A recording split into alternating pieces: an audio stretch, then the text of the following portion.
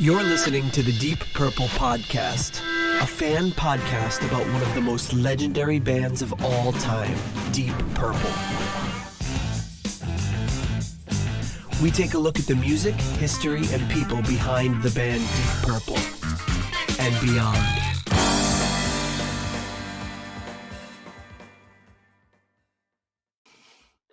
Welcome to the Deep Purple Podcast, episode number 10, Fireball. I'm your host, Nathan Beaudry, and with me today I have my good friend and co-host, John Matola. How are you doing, John? All right, what's up? If you want to keep up to date on the show, you can subscribe on Apple Podcasts or your preferred podcatcher. Also, make sure to check us out on Instagram, Twitter, and Facebook. Links to all that are at deeppurplepodcast.com. And two ways to support the show. You can become a patron on Patreon or leave us a 5-star rating on Apple Podcasts. So we're doing something a little different today. We're recording during daylight hours. Although it looks like it's dark by you. Isn't that a window right there? Yeah. Yeah, the light reflecting in on my face is natural light. Oh, I can tell you're absolutely glistening.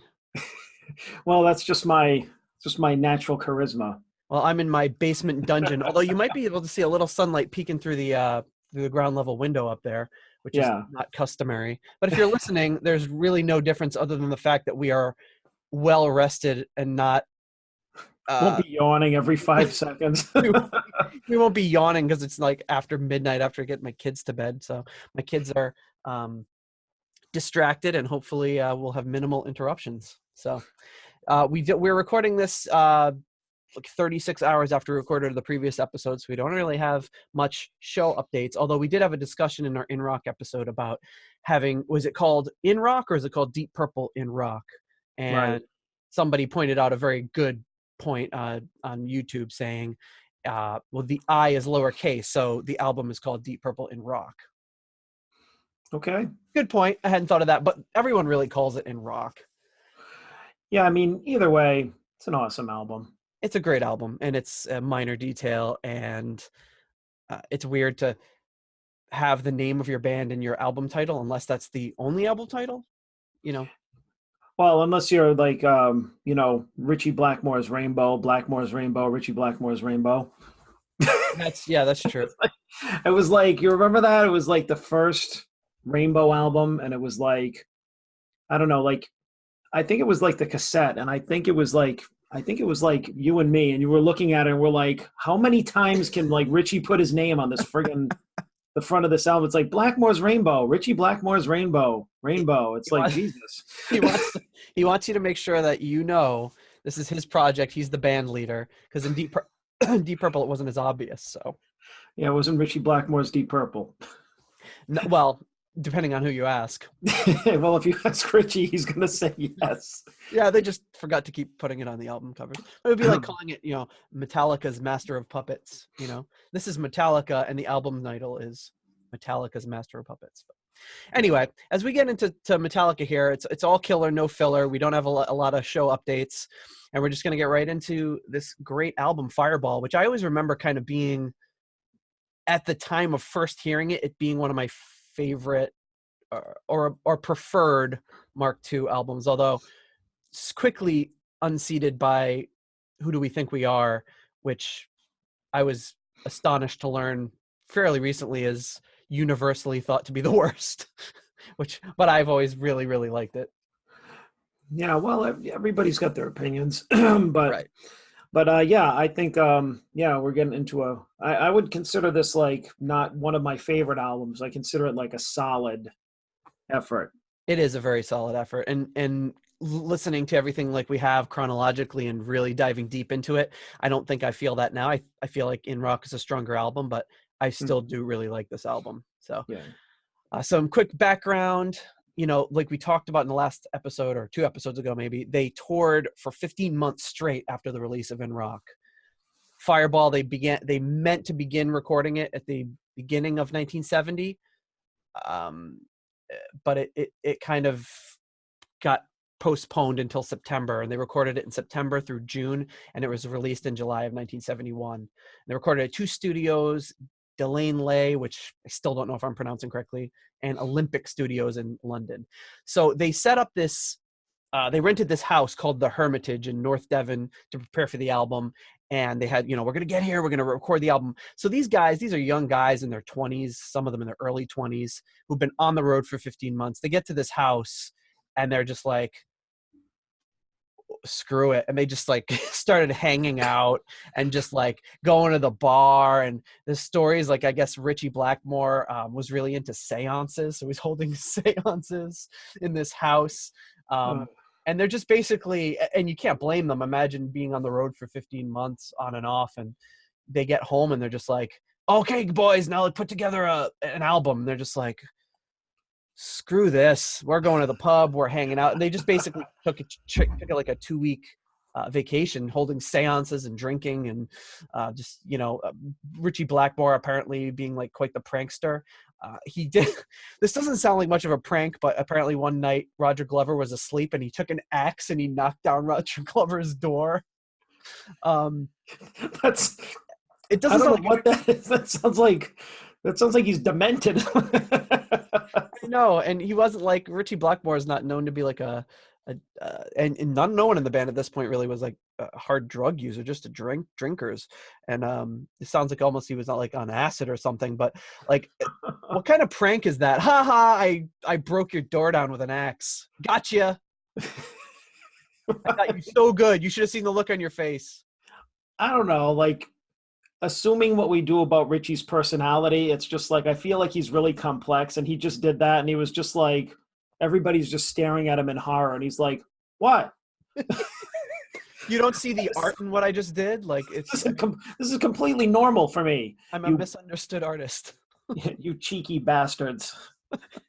So then Roger Glover was really pissed and ended up chasing him around, saying, like, in an interview, saying that he wanted to kill him, which I kind of don't blame him. That sounds pretty awful. Yeah, it's just all good fun. Yeah. It's all in good fun. If somebody did that in good fun to me, I'd probably want to kill them too. So, like I said, they were completely exhausted. This kind of the first cracks between Gillan and Blackmore started to show, a little stress in their relationship. There was also so I guess there was an episode where John Lord's baby was really, or his wife wanted to come with him to the house they were standing at. So he drove to London, picked her up, drove her back, and the baby started getting sick in the middle of the night. So he drove the baby and his wife back to London to go to the doctor, then drove back to the recording sessions, and the band was all really pissed off at him. It sounds like in his early days, they're really treating John Lord like crap, like giving him crap about everything. So they were really mad that he drove a sick baby to be seen by a doctor. How dare you? Yeah, I mean, poor John Lord. It's just like, damn it, you got to take care of your sick baby. Damn it, we got to perform this concerto that you slaved over. It's like, poor guy. It's really hard having like the greatest rock organist of all time in our band. Let's just treat him like garbage. So they got in a huge fight and he even threatened to quit the band, but luckily for everybody, they kind of smoothed it over. Then there's another story that Roger Glover tells, and a lot of this, I think I touched on this in the last episode, but Roger Glover kept very detailed diaries of all of his time with Deep Purple, which is great. So you've got a good sense of what the timeline is and a lot of good like direct quotes and writings from him. But he talks about Ian Pace. I could just picture, he's just holding a snare drum and walking around the studio, banging on the snare drum, like all around. And when he gets into the corridors and the hallway, he really likes that kind of reverb echo sound. And I think there's the story from Zeppelin of John Bonham playing When the Levee Breaks in the hallway somewhere because he really liked the reverb there. So they ended up recording a lot of his drums in that hallway to get that really nice reverb on his kit, not that dry 70s sound that you hear a lot later on in the decade. Blackmore was starting to really consider himself to be the focal point of the band. Roger Glover in an interview said, Ian seemed to go off the rails with attitude and drink problems. He and Richie were at complete loggerheads, and Ian may have got to the point where he thought, I'm the singer. If Richie can behave like that, so can I. So he became just as big of an arsehole. So sounds like, Roger Glover obviously probably best friends with Ian Gillan for his whole life, but still admitting that Ian Gillan was probably not too fun to be in a band with at that point. at least for a personality like Richie. Although I feel Richie gets the most of the guff for that relationship going sour, but Ian has said as much too, that he thinks some of it was from him as well. Yeah. One night on stage, Roger Glover collapsed and was diagnosed with stress-related stomach problems and had to take some time off. So Blackmore had to have his appendix removed. They were just all kind of falling apart, probably due to the stress of this crazy tour they had taken. Wow. And they just didn't have time to write new material. So they kind of see themselves in another similar predicament from Mark 1, where the label is pressing them for another album, and they're like, when the heck are we supposed to record this album? They had 2 weeks to do it, but they were so burned out that they just had to kind of take some time. And I think we've all been in a situation like that, where you're like, oh, I got some time off, I should get all this work done, but you're so burned out that you're just like, screw it, I'm just gonna sit around and have a beer and, you know, to hell with everything else I have to do. Well, yeah, like us last night. like us last night, where we were both kind of secretly hoping the other one would not want to do it, and we just couldn't do it. We were, you know, staying up to 1 a.m. and then going to work at 5 or 6, and then coming back and trying to do it all again. It wasn't going to happen. So we happen to have this morning off together, so that's great. So in the middle of all this, Lord took Pace and Glover off to join his to do his Gemini suite, which was kind of the follow-up to the concerto, which Richie and Ian didn't want to be a part of this time. So they got Albert Lee to do vocals, Yvonne Elliman does vocals, and then they have some other guests. So it's a really cool thing. We'll get into that album at another time. Cool. So that's kind of the lead up to where we're at with Fireball. I feel like the history is kind of important, and we got a lot of good, in the wrong folder here. I'm still living in rock time for album art. So we've got the album cover here, which is, I mean, what do you think about the album cover here?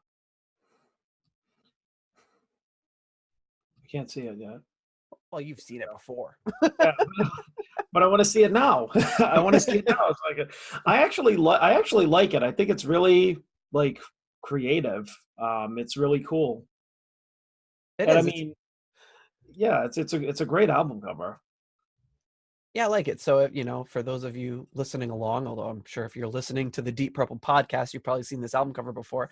You've got the 5 heads of the guys again. They just, it's a common theme. They're just taking the heads, and pretty much like in every album, it's just their heads. Like when you think about it, like at least for Mark II, who do we think we are? They're in the little bubbles.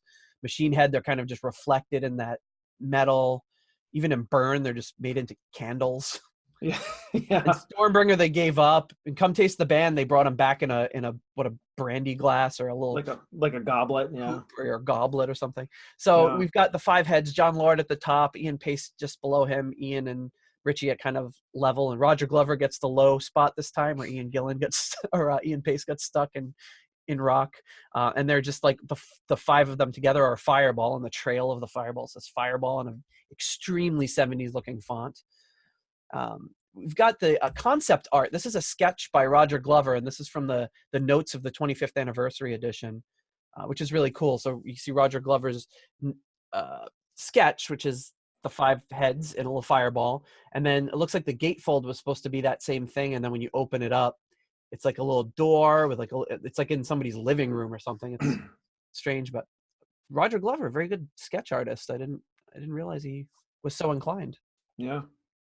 The gatefold for the album features, you know, them kind of flying off past Earth in this fireball, like presumably originating in Earth, as the trail would show you. And it's just got the track listing on the back, the 7 tracks. And this is the UK version, which features Demon's Eye. And much like we talked about within rock, not having the beginning to Speed King, I had the US version of this too. So Demon's Eye was kind of a newer song to me.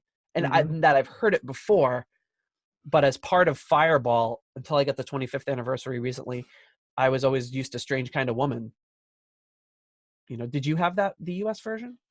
Yeah, because I when I got the greatest hits, like Demon's Eye was kind of like that, just kind of like oddball track. It's just like, what album does this even belong to? Like, right. You know what I mean? And then like when the 25th anniversary came out, they as they usually do with these, like kind of reconstruct the original order, like the integrity of the album, whatever. And then, it kind of like made me wonder, like, again, why they leave all these great songs off of the album, because Demon's Eye was always like one of my favorites, but like in my head, I couldn't categorize like where it belonged. So it was always kind of like, you know what I mean? It was like kind of the odd man out, but it's like, I really liked it, kind of like Black Knight, Mm-hmm.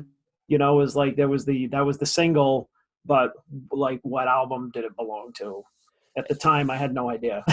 Right. It's another great song, and it also makes you wonder. These albums are not terribly long. It makes you wonder, why couldn't they have kept both of them on the album? I think they're both really good songs. Yeah. But that's obviously almost 50 years ago, so can't be undone. I just have these because I think they're hilarious. They're like the photo shoot of Fireball. So these are the photos, and I mean, when you look back at the album cover, again, they don't look like photos, but I guess they are. I always kind of assumed they were paintings, but this is from the photo shoot, and I just love, the only nipple showing is John Lord. They're all shirtless. John Lord's nipples just poking out behind Roger Glover's head. They've got their backlit with that red light, and John Lord's wearing this goofy purple ascot. That's actually a really cool photo. It would have been great to have, like, if that was like the back cover or the fold. It is a really cool photo. It is a cool photo. They're all looking off in the distance. And then this one, I just thought is from a magazine. I just love the look on Richie's face. Like poking up over Ian Pace like a meerkat at the zoo, just kind of like poking what's going on over there. And but I've never seen these. This is really cool. This was a really cool photo session. It's too bad they didn't use these for something in the album. It would have been pretty awesome. It would have been great. I wish there's got to be dozens of photos from this session. I would love to see all of them. It's really, really cool seeing these kind of alternate takes. And this is what they took and cut and pasted those faces and used them to create the Fireball image. There's a back cover there of them flying off of Earth on the back of the album, listing the 7 tracks.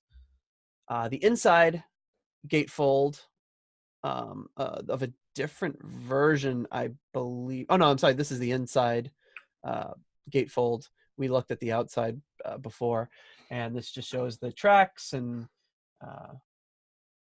very, very, very small amount of credits. And so a few little action live shots. And the original album came with a little insert, like a double-sided insert of the lyrics, which is pretty cool. So you've got on one side Fireball, Demon's Eye, and No, No, No. And then on the second side, Anyone's Daughter, The Mule, Fools, and No One Came. So kind of cool little artifacts there. Yeah, I really like that. I noticed on the I was going to say before, the deep purple, like the Fireball. I don't know which version it was. I think it was the UK version, which had the instead of the logo being the small red logo, was the big white logo. Was that the UK version? Maybe. Oh, like up at the top. Yeah. I'm not sure. I always. Or whichever one it was. I just thought it was just like Deep Purple. Period. Oh yeah. I like how they put period. Like that's the sentence. Deep Purple. It's like Deep Purple. That's it. It's just like, what do you want from us? That's all we got. What's the period for? But yeah, I kind of I just like, I noticed little things like that. But I like the album cover because it's like a lot of times, like after seeing it for a long time, like one of the first things that I thought when you just put it up, which I feel like I have a lot of these revelations when we're talking for the first time, was just like, it's kind of cool how it's like, the album cover kind of like, it like depicts them being on like that upward trajectory to being like, rock superstars. Mm-hmm. They were a fireball like blazing out away from Earth and like up into the stratosphere, and that's pretty much like what they were as a band. Otherwise, we wouldn't be doing a whole podcast about them. But it's kind of like projecting their greatness, like telling everybody like, yeah, we're a fireball, like full speed ahead. I think that's a pretty cool interpretation that I have of what this cover is. It is it's interesting in that I've talked about it before. All those graphic images, I'm going to put a link in the show notes. This is great book that I bought, which is Deep Purple, The Complete UK Vinyl Discography by Neil Pretty.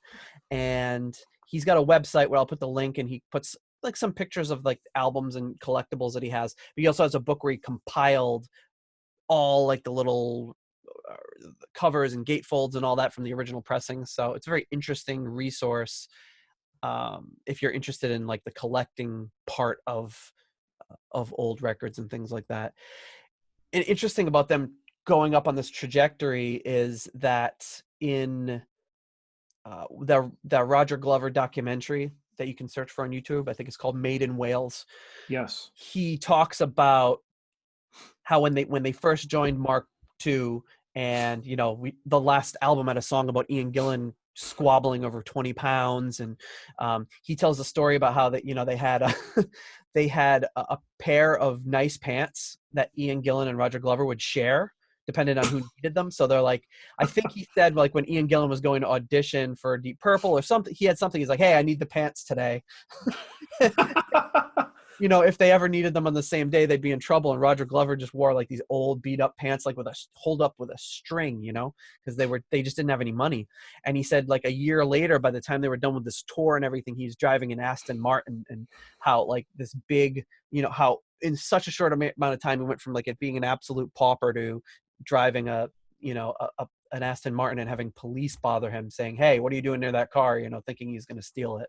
Yeah. So, interesting how quickly they rose after In Rock was released. I think that's a great, the true stories are really the most interesting ones, because even like the scenarios you can get from it, it's like, hey, we need to make a schedule for the pants, you know. Exactly. I got the pants Friday tonight. Like, what are you doing? What are you doing with the pants Friday? I got a date. Well, actually, come to think of it, I won't need the pants on Friday. You take them. because I think it's going to go well. Poor guys. But it's great that it turned out the way it did. Yeah. Okay, you ready to get into Fireball? Yeah, let's do it. All right, let's kick it off with, surprise, surprise, Fireball.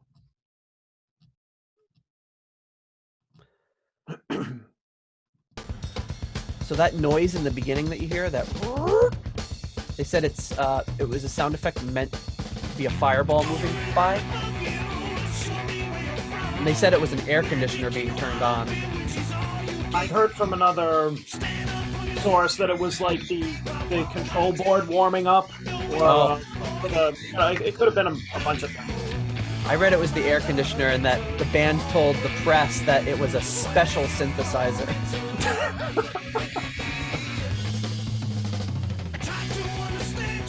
Everyone talks about the mule, but I feel like this song is Ian Pace's song. Yeah, I mean, it starts off with a great Ian Pace like drum beat, and just a great rock song. It's incredible.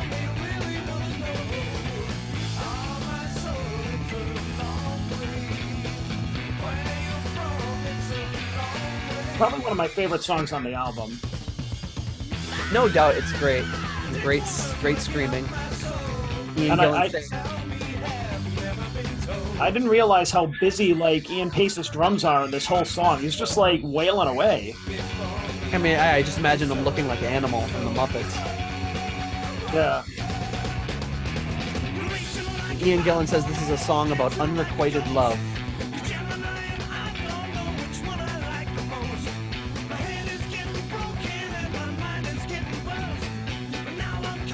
This was released as a single, and it reached number 15 in the UK charts.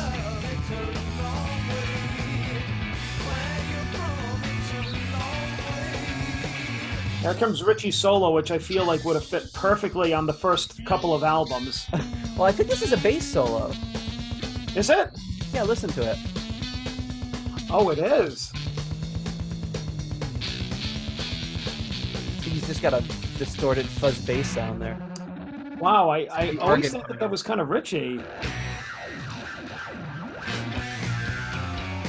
Well, either way, it kind of had that feeling of something that would have fit on the first album. Yeah, he's not quite getting those bends. I thought the same thing the first time I heard it. But for some reason, it sounds much better here. I feel like the this song would have fit in perfectly on rock, but the production is like on this song and the whole album in general is like slightly a step up. Like it's a little less sludgy, a little more clear, clean, but still very gritty and 70s and hard rock. Like I think this is like one of their best produced albums.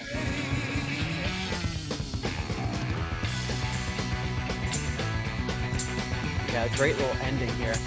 They bring in this tambourine. It's like really loud in the mix too, in the left side. Yeah. I noticed there's percussion in this album. It's mixed super high.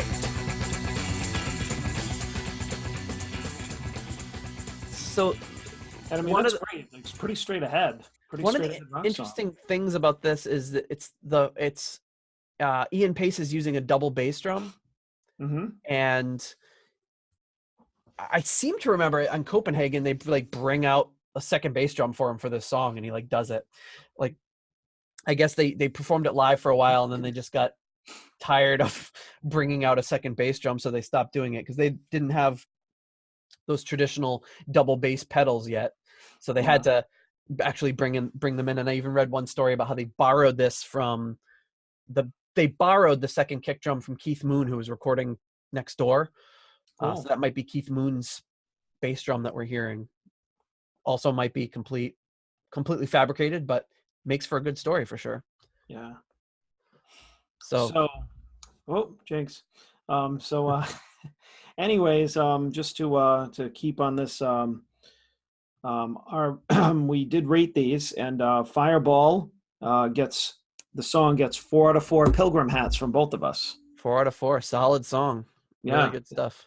Yeah, really straight ahead, like great song. Like I think a lot of it too is like hearing this in the headphones as opposed to like not hearing it in the headphones. I hear a lot more when we're listening to it and talking about it. I hear a lot more stuff like how busy Ian Pace's drums are throughout the whole song, and just really appreciating that, and just all the stuff that I'm hearing, like just the band just basically wailing away, which I mean is just so awesome. Just what makes them such a great band. Yep. Yeah, the song doesn't let up for a single second. And funny, like we talk about how Ian Pace didn't want to play, what was it? The Flight of the Rat. Yeah. You didn't want to play that live, but like Fireball, he could. So it's like I think Ian Pace just didn't like Flight of the Rat because he's making all these excuses, like, but yet Fireball, he's killing the entire song. Of course, it's half the length of yes. Flight of the Rat is a very long song, so that might have something to do with it. So yeah, great song, great album opener. I think like Ian Gillan's vocal, or his lyrics, I should say, are getting better on this album. But like you said before, I don't really think it matters because Ian Gillan can sing anything and make it sound good. Yeah. That's Fireball. Then the next track up is No, No, No. Really great little bluesy intro here.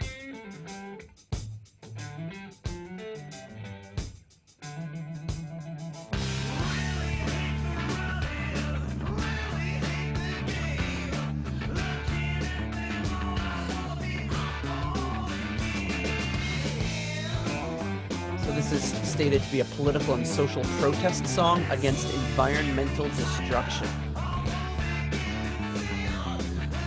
And in traditional, these lyrics sheets on the album, the little lyrics insert, they're not even in the right order of the songs, which is like a little detail that really annoyed me. But this is the third one on the first side here. So really hate the running, really hate the game. Looking at them all, I want to be unborn again. Don't know what that has to do with environmental destruction, but I'll take it.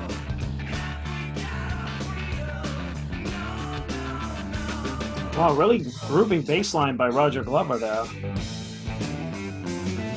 Most underrated member of the band right there. I really like when they have that kind of Ian Gillan's voice, when he's got that kind of like really reverby, like echoey effect on his voice, and he sings kind of really gritty. Yep. And I like another theme in their songs where they just kind of stop after the choruses and just kind of slow down like this. Yeah, and this is like almost like Pink Floyd sounding. This actually quite reminds me here of "You Keep Moving." Keep on moving. Yeah, dun dun dun dun. I mean, because it's essentially the same thing. I wonder if Roger Glover got writing notes on that, or writing credit on You Keep on Moving. But this is another instance of where Deep Purple, instead of kicking up the solo section, just kind of slows down, and they go for this really kind of otherworldly type of break. Yeah, they punch you in the face with this super hard riff and verse and chorus, and then just like, we're gonna get real mellow now. But I mean, that's a difference between like if Richie was just like shredding all the time, or the band was just going like full speed all the time, like it wouldn't be as interesting. And I think that's what I kind of started on heavy metal, like on that kind of, and kind of branched out into more of the Deep Purple and Black Sabbath, the people who set the foundations for heavy metal. Because a lot of heavy metal was like that. It just punched you in the face the whole time. And sometimes that's good, but I love the dynamics in Deep Purple, and especially when they're live, and you've got Richie playing a guitar solo that's so quiet you can barely hear it, and then all of a sudden the whole band kicks in, and they've got such a great dynamic band. Yeah, I mean, anybody could play a million notes or play really loud or really impressive, but I mean, say what you will about Richie or the whole band, but they knew when to do that, and they knew when to pull back. Right. And Richie talks a lot of crap about other guitar players, like in interviews now, like saying, just like, in his weird, like, sort of, I'm not insulting you, but I'm really insulting you kind of way. People ask him, what do you think about this guitar player? And he's like, oh, well, I hate, he hates finger tapping, he hates all that flashy stuff. And honestly, I don't disagree with him. I find that stuff impressive, but from a technical standpoint, but do you want to listen to somebody finger tapping for 5 minutes, or do you want to listen to that really subtle, beautiful reverb guitar solo that Richie just played? And I mean, it's smart too, because I mean, it also distinguishes like what makes what gets a musician famous or notoriety, as opposed to just them being really good and nobody's ever heard of them before. Like, if you don't have good songs and you don't have the ability or technique to just like know when enough is enough and what's tasteful and everything, then you're gonna be obscure. But you can be as impressive as you want. It's kind of funny because there's some vocalists like that too. Like, I find when Glenn Hughes is playing bass and singing, he's like kind of on the level, but when you take that bass away from him, he can go off the rails. Yeah. I mean, he's such a great singer, and he can hit notes that few people can hit, but sometimes it's like, Glenn, dial it back a little. Like, he can really, really go nuts. And Ian Gillan at least had the sense to just bring out the congas and play the congas for a while during these parts, and not like start to be like doing like a Steven Tyler like or anything like that, which you could be doing that for 5 minutes, but it would be distracting. Great little matching organ and guitar run there. Yeah, the song really jams out and is a lot longer than I remember. Right, I don't think of it as being a real long song. It's like, when you think about these songs, you don't necessarily think about those other elements, those extended musical parts. You just think of it as kind of it's got a great hook and chorus to it. Yeah, no, totally. I think I'm just realizing it now, because we just talked about like 2 or 3 different things that weren't this song, and it's still happening. Yeah, exactly. What's going on?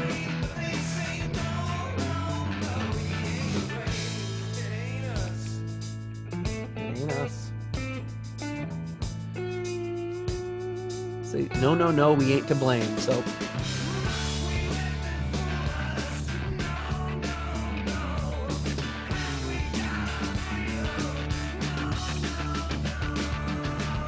that last verse really gets into the environmental part that the song is about, poison in the rain, but they say, no, we ain't to blame.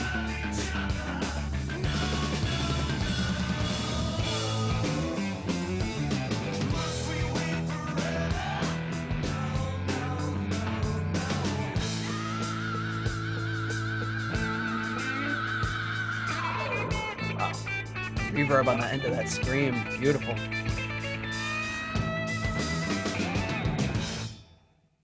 Very kind of surprising ending too. You'd expect almost a fade out coming from that. Yeah. They're like, no, we're gonna end it real tight. See, and there's another kind of instance of knowing when to kind of go into the range of being impressive or whatever. This is like Ian Gillan could have screamed through the whole song, but he kept that like that high kind of scream thing until the end instead of doing it through the whole song. And where he sang, he know where to use it. Exactly when to build that tension and when to release it. And, you hear it here, you hear it in Child in Time, you hear it all over Jesus Christ Superstar, where he's just like, you can take a normal sounding song or a normal A-B pattern and build to this crescendo. And he knows when to, he's very economical with his screaming, even though he's so good at doing it. Yes, there we go. That's a good word. I don't know that Glenn Hughes has that same economy of screaming. He's, like as soon as I remember the first time I saw California Jam, he's already like that high part of Burn. He's already going up an octave, and this is one of their first live shows. He's already like, ah! And it's like, whoa. I remember that just being kind of blown away. And then when they do Space Truckin' at the end, and he's doing like a full octave above what Ian Gillan was doing. And it's almost, he's always bordering on ridiculous. And that's what makes him awesome though. He's so unstable. Like, it's just like, it's like a, he's like almost about to explode. It's pretty incredible, but we're not at Mark III yet. So no. What's our rankings on that song? All right. So let me see. So I'm gonna pull this up. Let me see. And no got 4 pilgrim hats from you and 3 and a buckle from me. 3 and a buckle. All right. Yeah. 3.5. Which I definitely think it's a good song, but just like midway, good song, like just good. Just good. All right. Not yeah, great. Just yeah, like I liked it. I liked it slightly less than you, but for no other reason than okay. I don't know why. Next up, we're at Demon's Eye, which, as we talked about, is for our U.S. listeners. Is kind of maybe a song that's not as familiar if you grew up on the original version of the album like we did. So, but we're going for the original UK pressing, and that means Demon's Eye is next. Starts with this little octave organ part or synth part.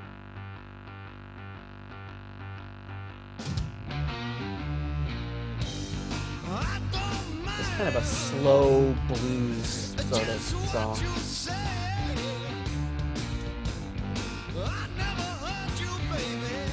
I remember when I first heard this song, I didn't know who was singing because to me this didn't sound like Ian Gillan. I don't know why, but it's just like I feel like he's singing a little bit different. Yeah.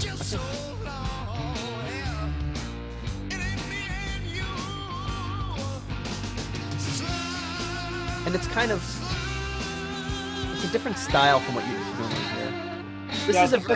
This little guitar bend part right there is a very like classic rock sound. When I saw the song Demon's Eye, and I didn't really know what it was, having listened to this album a bunch of times, I was like, Demon's Eye, that sounds like a really heavy song. But it's not super heavy. It's more bluesy than heavy. Yeah. And it's even like got the 12-bar blues structure to it as well. We go back to the root here.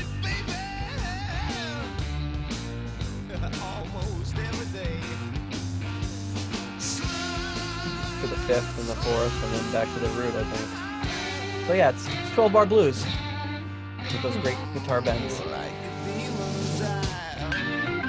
And a great keyboard solo coming.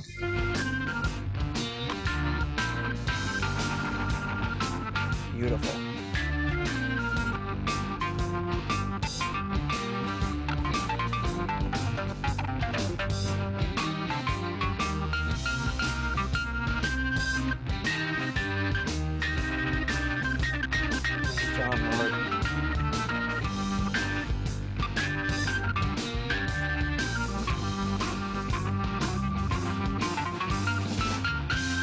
So on the last song, Roger was quoted as saying Richie is very influenced by Shuggy Otis. I don't know who Shuggy Otis is. I guess we'll have to find out. Do some research. We'll have a whole Shuggy Otis episode. Yeah, so this song doesn't go like a lot of crazy places. It's very just straight up 12-bar blues, like I said. That's why I like it. Yeah, it's very simple. And I don't know what it's about, but you know, sing sly, sly like a demon's eye.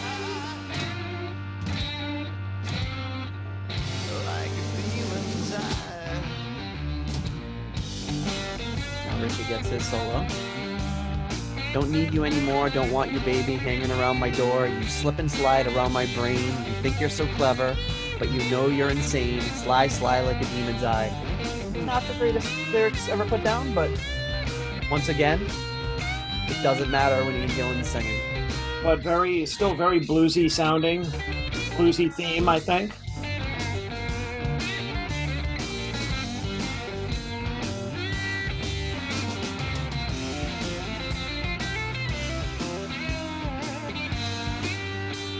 Great bluesy solo by Richie.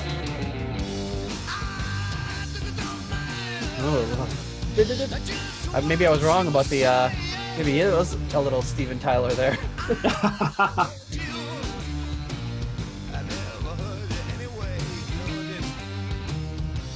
No, I didn't. There's a lot of that on this album. It's like he's reading the lyrics for the first time. I didn't need you anymore. Oh, no, I didn't. Yeah, he does a bunch of little like side talking and stuff. A lot of these songs, which is kind of fun. It's particularly in the next song. Yeah, I could. You know, if this was released on the U.S. version of the album, I could hear this being like, this is like a great 70s classic rock song that we would have heard on classic rock radio growing up, but it just wasn't a thing in the U.S. So I could totally hear this coming on right after Slow Ride or something, you know, on whatever, WCLX classic rock.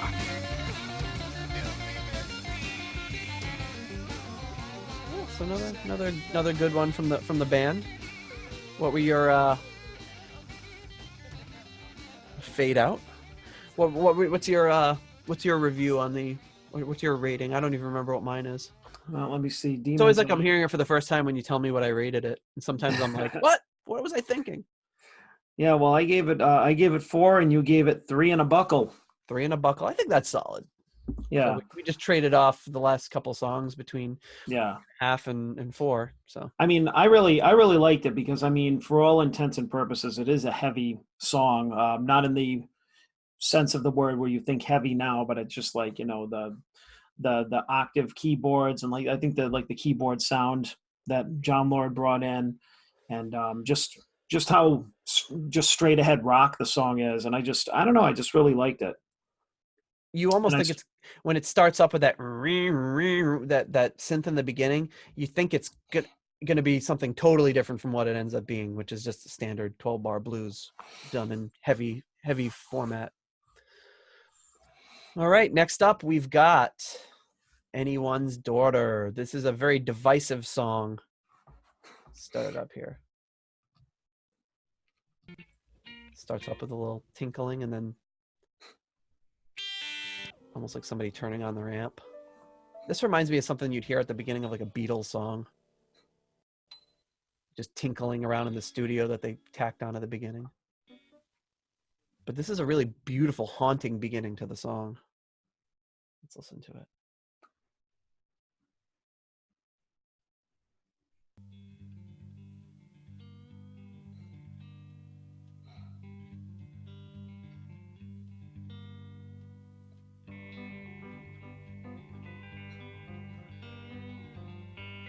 Brings in his like this little reverb guitar here.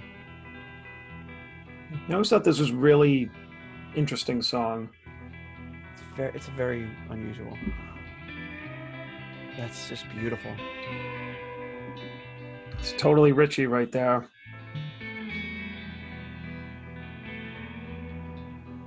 Well, I stood under your bedroom window, throwing up That's a great. brick. You just No one came, I threw one more. That really did the trick. like, I feel like Your as daddy soon as came Ian's and banged vocals my hit, it's head. like, wow, He that's said, not "What where I was kind of expecting the man song to go. is this that's hanging Even having heard it around a the girl? 1,000 times. Threw me in the can. You're a farmer's daughter. You're a farmer's daughter. Why do I always get the kind of girl I didn't ought to get? I won't get no more eggs and water. Now I've laid the farmer's daughter.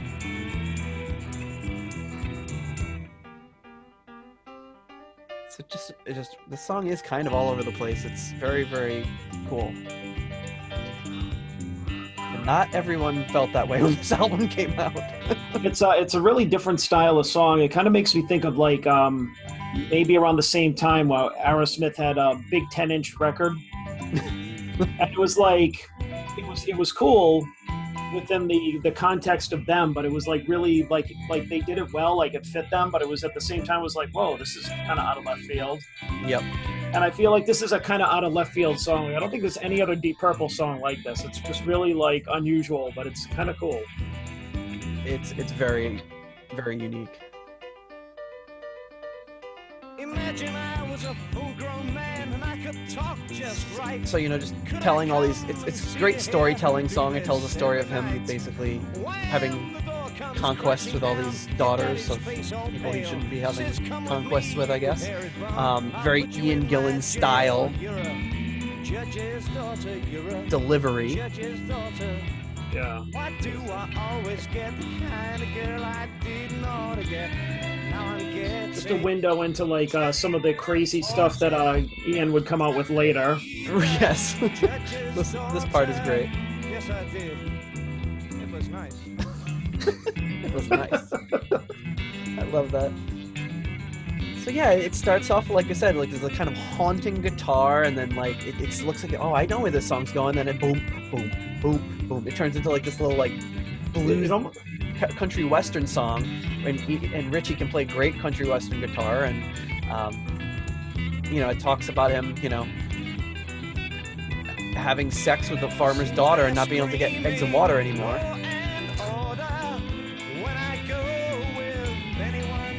And then he talks about having sex with the judge's daughter and getting jail and torture, so it goes really to a dark place.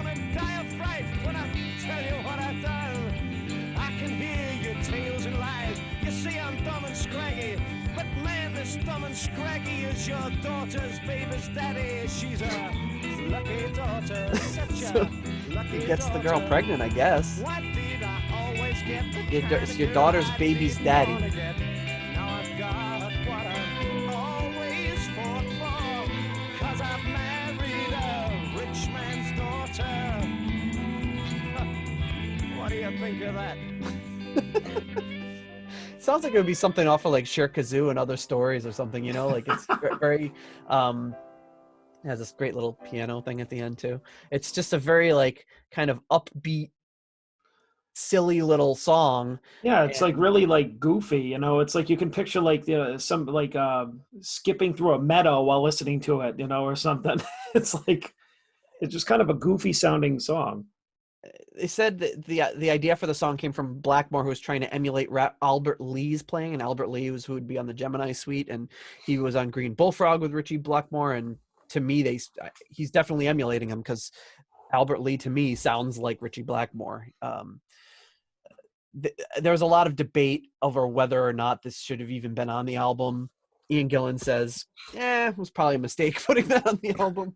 But I like stuff like that. I don't think everything has to fit a perfect mold. I think some people were unhappy about it at the time. Some people grew to accept it. Some people loved it from the get-go. I think it's fun. I think it's good that not every song on the album has to be this super hard-hitting song. It's cool to have some different sounds and different dynamic levels, and the song hits that for me. I agree. So what are our ratings for this one? We both gave it 3 and a buckle, 3.5. So yeah, that sounds about right, because it's you know, it's one of those things. I feel like this song in a vacuum works maybe a little bit better than on the album, but it is, I do like it. Yeah. All right, so that's, you know, no, it's classic tale of Ian Gillan, you know, Screwing people. Screwing people. Screw That's what he wants. So here we go off into one of the classic songs on the album, The Mule. Showcasing, everyone makes a big deal about the song drum wise, but it does obviously showcase Ian Pace, but it doesn't showcase a lot of, it showcases his stamina, if anything else. So here we go. Yeah.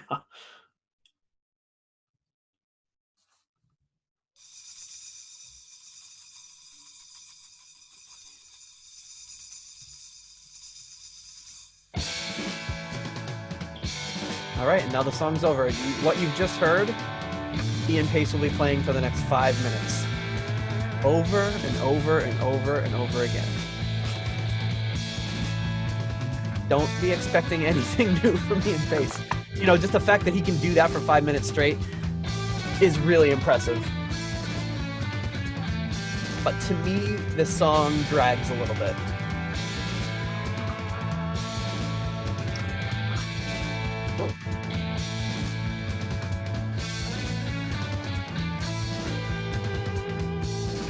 There's no B section, there's no chorus, there's nothing but that, just kind of the drums over and over again. And live, I guess they would do this as a launching point. They play this song and then boom, go right into Ian Pace's drum solo.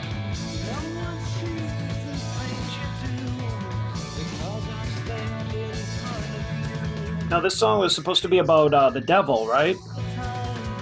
I read that it was about the mule being the character from the Isaac Asimov books from the Foundation series. I don't know. I never had read that before. I mean, I think that there's like something about being Satan's minion or something like that, or... I would have been reading the Foundation books around the time that I got into this album, and I never saw any, although I never usually listen to lyrics that closely. I don't know, I just, I like the song. I think it's like got this really haunting quality to it. You know, from the opening, like, cymbals to, like, kind of the majestic, like, you know, guitar during the intro. Yeah, it's cool. I feel like as a part of a song, it could work better for me. For me, it's just, like, very repetitive. Again, impressive that he can keep this drum thing going for this long. Because he's basically doing a drum fill the entire time. He's not doing a solid beat. I mean, Gillan has this kind of like creepy effect on his vocals, and like John Lord's kind of like, you know, unearthly solo. Mm-hmm. Just really kind of like trippy, spacey kind of song, like very trippy. And it's only got 1, 2, 3, 4. It's got 12 lines of lyrics. And this cool unexpected part. This is cool, yeah. So I guess I was wrong. It does kind of go into this part. But then it goes right back into it. I kind of blocked that out because by this point in the song, I'm like, it's a little too spacey for me, a little too... Yeah, it's just really like, it's just really a centerpiece for like a lot of like, you know, like otherworldly jamming, pretty much. Right.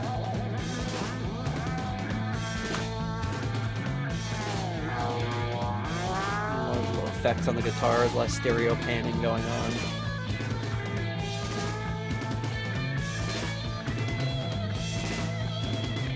You can hear towards the end of the song, he starts to lose the drums a little bit at a point. He was probably exhausted. I can only imagine. He wasn't as practiced doing it either. I'm sure by the time he was doing it live, he was so used to it. But to keep doing this drum fill over and over again, like, I don't know how he does it. Well, I mean, now we just do it once and then cut and paste it into Pro Tools and just, like, loop it. It would be perfect every time. That's how I would do it. I don't think I could even do this once is the problem.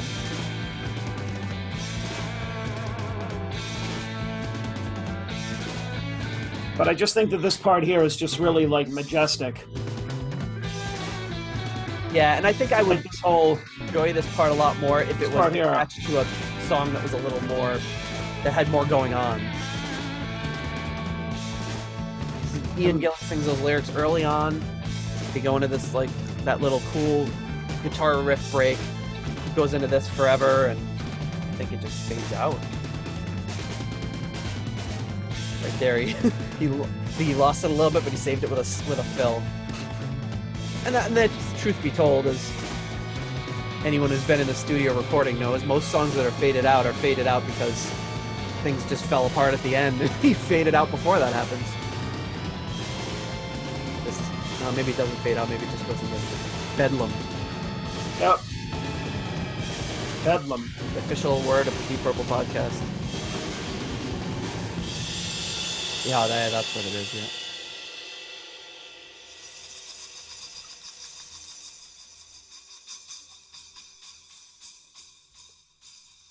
I love how it ends just the way it began.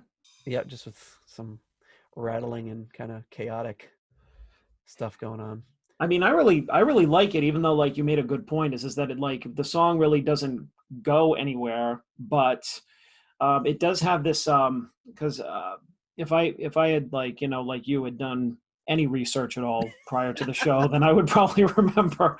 But I feel like the content of the lyrical content of the song, I read something a while ago, was about them, like, whoever's singing it being like a slave to, like, the devil, or trapped by Lucifer or something like it, because Lucifer is one of the lyrics in there somewhere or something like that. But maybe it's because of that. I always thought of the music, like the little tinkle of the cymbals and everything, and like the sound of the organ and the effects on Ian's voice and everything, really like otherworldly. Like it kind of, like, the whole song always gave me this picture of, like, have you ever seen those old, like, Warner Brothers cartoons of, like, hell? Yeah. With all, like, the fires and the things dancing around, everything, that always, like, conjured up that imagery for me, which I, like, always thought was kind of cool about it. And I think it was, of course, based on the suggestion of, like, this song had to do with, like, the devil somehow, and then that's just kind of how I associate it. And then all of the effects on the instruments and the way that the song just kind of, like, went, just that's the imagery it conjured up for me, which always made it, like, kind of really a cool thing to listen to. Admittedly, not the first song that I always go to. Like, I wouldn't just go to this album to hear the Mule, because it's just pretty much a jam. Well, one thing it reminded me of, which I never had really heard until I started to listen to it for the podcast, but it reminds me of another song, which I tend to do this and compare things to the Beatles, and much to your enjoyment, I'm sure. But it reminds me of another song by the Beatles, which is a song that people tend to love that I really don't care for. And I want to play it for you real quick to see if you feel the same way. Mm-hmm.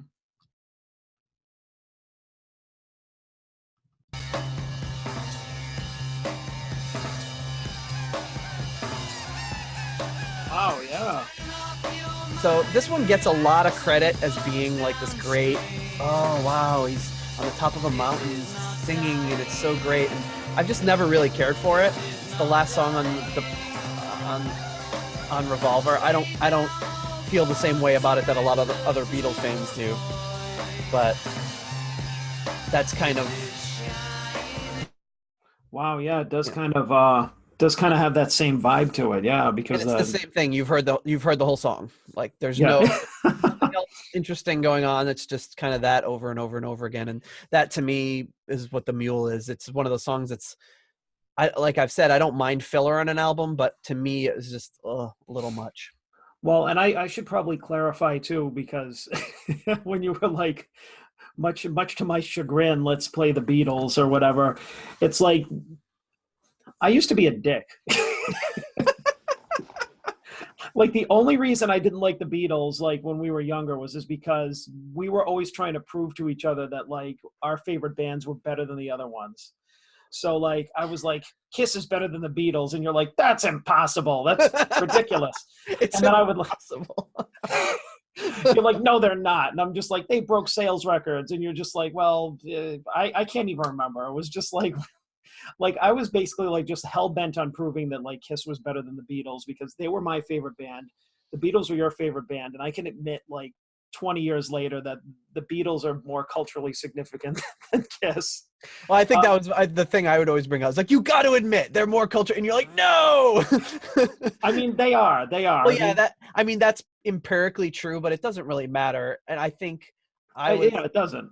It doesn't. I was a dick about it too because I think the thing. I was worse. All right, well, okay, I'll concede that. No, but if you think about it, if I could speak for you, I think what you didn't care for about the Beatles was just about how they were, everyone talks about the Beatles and it gets, people talk about them being overrated and over talked about it, and which is potentially true. And the thing I didn't really care for about Kiss was just, to me, it was a little gimmicky with the makeup and all that, like it was more like style than music in my mind. And now listening to more, and you got me into some stuff with Kiss that I remember you used to have that book. I'm sure you still do, the Kisstory. Yeah. I loved looking at that book because it was so interesting. It's such a great book, and you paid like a fortune for it back when you were whatever. Yeah, before I had money. Yeah, it's like $150 book or whatever. Probably now it's a collector's item, but yeah, it's such great history in that. And I remember there was like a newspaper article like Kiss Unmasked. They had figured out, like, because no one had ever seen them without their makeup, and they posted like Gene Simmons' face, and it said Paul Stanley underneath it. Like they got all the names wrong because they didn't know what they actually looked like, and there's lots of cool stuff in that. But like hearing Kiss now for the music that it is, it's not all my cup of tea, but I hear a lot more in it that I really liked. And I remember when you covered A World Without Heroes, I'd never heard that song before, and I really like it, even though it's from probably their worst album. Yes. But it's a great song. I really liked your take on it. That was really the first time I'd ever heard it. But yeah, I mean, I think that like the point that I'm trying to make now is like I think as we get older, we all kind of like broaden our horizons and stuff. And I mean, I don't like I guess I never really genuinely disliked the Beatles. I mean, I think that I can definitely see that they're like culturally and historically important, and their music, like you put like about Kiss, is not my cup of tea, and I'm just kind of indifferent to them, which doesn't mean I don't love them and I don't hate them. I for me, I think I've just always been kind of indifferent. They've just been like, oh yeah, it's the Beatles, because I mean, at this point their songs have been like played everywhere in commercials, jingles, like it's part of everyday life. So it's like for you to compare this and then of course Deep Purple, which is both our cup of tea, luckily, to compare like anything, like whether we're talking about like a story or an album or like even a piece of music, I think it's really been interesting how you've brought up like a few different clips of stuff that the Beatles did, like was that around the same time or a couple of years before? This would have been 1966 for that one that I just played, so about 5 years earlier. Oh, okay. So I mean, I just think it's really interesting how like around that time, like the bands almost like influenced each other. Well, and the Beatles were a huge influence on, well, obviously a lot of people. They were a huge influence on Kiss, and particularly with Gene Simmons. They were a huge influence on the Beatles. I'm sorry, on Deep Purple. And on the Beatles, I guess. The Beatles were a huge influence on themselves. They influenced themselves. It's just a self-perpetuating loop. But yeah, there's lots of there's lots of stuff that they got from both of them. And obviously, just knowing the Beatles music as well as I do, my mind just kind of goes to those places and hears those things that you wouldn't hear, and you probably hear Kiss similarities that I wouldn't hear. But yeah, like there's stuff by Kiss that I really like. Like I've always loved Detroit Rock City, and I've always loved I Was Made for Loving You. Like, I mean, I think that's a great song, and no doubt there's lots of really good songs by Kiss. The one song I think that just does it for me is like I Want to Rock and Roll All Night. Like I can't do it. Like I can't listen. Like it's just it's any of those songs that you hear so much that are so overplayed. Like it's kind of how I feel about Smoke on the Water. Honestly, it's how any songs that, like, when we were teenagers listening to WZLX, songs that they played so much that you just never want to seek out or listen to or hear again. And going into it and listening to Smoke on the Water again, I'll probably be like, wow, there's stuff on that. But it's one of those songs, I don't know how many times I've voluntarily listened to Smoke on the Water. It's mostly just been like, it's because it's playing somewhere. It's at a sporting event. It's at it's on the radio. It's so overplayed, and you're just, it's if anyone knows anything about Deep Purple, it's that song, and it's just. Well, I think it's just like when a song gets popular like that, if you want to talk about Rock and Roll All Night by Kiss, like, yeah, like every time that comes on Dressed to Kill, I skip it because I'm like, yeah, I've heard You've reached your lifetime quota for hearing that song. Right. Everyone has. But, you know, if you sat there and critically listened to it, I'm sure it's a very good song. Obviously, why would it be so popular? But like Bon Jovi, Living on a Prayer, like, oh my God, I don't need to hear it ever again. I'm sure it's a good song, but I don't need to hear it ever again. But there's a difference between like when you hear it on the radio or like, you know, on your, in your car or something, or if you go to the show. Because live the songs still have an impact, and I think that's where they're probably like if we went to see Deep Purple perform Smoke on the Water, or when they do that for the encore, like when Kiss did Rock and Roll All Night for their encores, when I saw them like a couple of months ago, like in Boston and Philly, like it's not even the song, it's just like when they releasing the confetti and like everybody's jumping up and down, you get into it more than you get into the song, and that's where at this point songs like that are good or more exciting, is when you hear them in that kind of setting, or if like you're in a like a club or something, or a bar, and there's like a remix of it, or everybody starts singing along with it. It's more like the reaction that it gets from the people around you, as opposed to like, you know, if I just put it on now in my house by myself, I'm not going to really jam out to it. Yeah, they're not songs, they're anthems, right? They're meant to be sung by a large group because everyone knows the words. They're all all those songs have a lot of characteristics in similarity. They're very simple, they're easy to sing, they're easy to, you know, like they are all by definition great. They have to be, or else they wouldn't have such a cultural impact. But I get when I hear those songs, I'm like, oh, not again. And now just one last thing though, does the Beatles have an anthem that I'm forgetting? Like, do they have like one of those? I mean, maybe Hey Jude, you know, because everyone's singing at the end, na na na na na. Oh yeah, okay, I can see that. That's like, you know, because the song is like 7 minutes long, but it's like the actual song part of it is only maybe 2.5, 3 minutes, and then the second half of the song is just na na na for the second half. So, and again, easy to sing, everyone knows it. It's, you know, it's just Paul McCartney going nuts on the vocals in the background, and everyone saying na na na. But yeah, other than that, they have a lot of, you know, maybe Revolution or something like that. But yeah, I guess they never really because I was thinking about, I'm like, is there like, do they have like a song? And it's like, I don't really know that they do. And it's like, and it's funny because they were probably, how long were they around for? They weren't even around for that long. They were only a band for like, in the form that they were for 8 years releasing albums. So yeah, and I mean, that's 12 albums or something in 8 years, and you know, from 1962 until 1970, and that was it. And that's really not a long time. So I mean, it's like, but to create, you know, 212 songs I think they have, and you know, just the number of number one songs they have is mind-boggling. And where they were at that time as opposed to anyone else. We should do a separate podcast where like I can educate you on the Beatles and you can educate me on Kiss. That would be a good addendum to all this. Yeah. But now back to the Deep Purple podcast. Oh, what's that? Yeah. So next, did we do a rating for that song? Yeah, we did. So yeah, I think we did. 3.5. What did we just listen to? The Mule. Actually, no way. I gave it. No, I don't think we did, because I gave it 3.5 and you gave it 3, which I concede your rating on that is like, mine's like a little bit higher because like I enjoyed it more for all the reasons I talked about, and you just kind of thought it was a little repetitious, but still, like, I mean, do we really dislike any Deep Purple songs? Exactly. I mean, so no, not really. So it doesn't really, take it with a grain of salt. So, all right. So what's next? I'm sure as we get later on, we will. Okay. So yeah, next up we have Fools.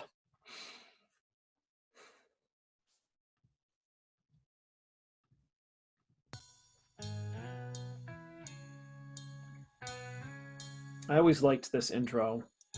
And again, it kind of, I feel like so many of the other songs, it fools you. Oh yeah. So I was like, oh, this doesn't sound like it's going to be that great. Because like, you know, a lot of like Sabbath songs, especially with Ronnie Dio, would fool you like this. Yeah, I was like, oh, wow. I was like, and then I was like, when this came in, I was like, oh, I see where they're going. I like this. And I was like, I did not see where they were going. This is very, very Pink Floyd sounding to me. This is just so good. But it lulls you into this sense of calm, and then like, pa! Right in the face, right in the kisser. I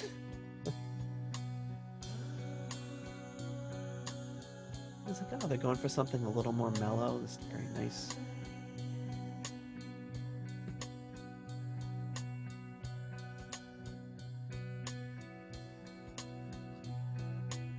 Very prog rock feel in the beginning.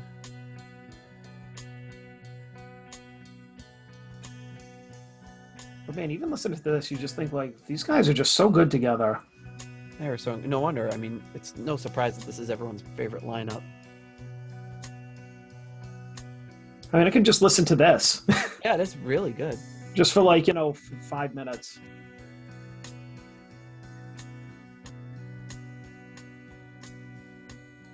Yeah, I was like, Can't see what's wrong with me. It's in my head. and they always do that where the whole band kicks in together, including the vocals. They never give you a warm up. They just punch you right in the face. And it sounds like Ian Gillan is like out of breath from singing these. Yeah, you wonder how many takes they had done that day, Either that or that was like the effect that he was going for was like kind of breathless, like, just kind of like, giving it like everything and leaving it all on the floor type of performance. Yep.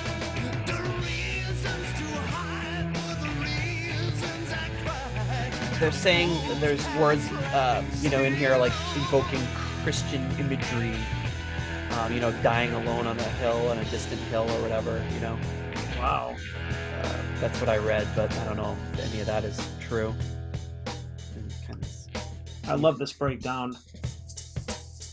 And you hear a very loud shaker in your left ear there.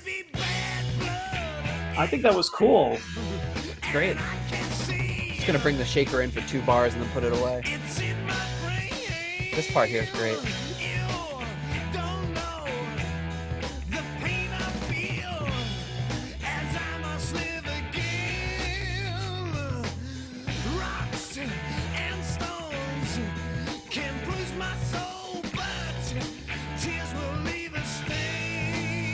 Great lyrics.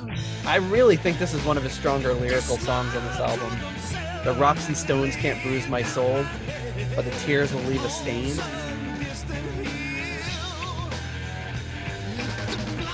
A far cry from when he was just writing lyrics on the back of a napkin at an Italian restaurant about how he was about to sing in front of people and he didn't know what they would say.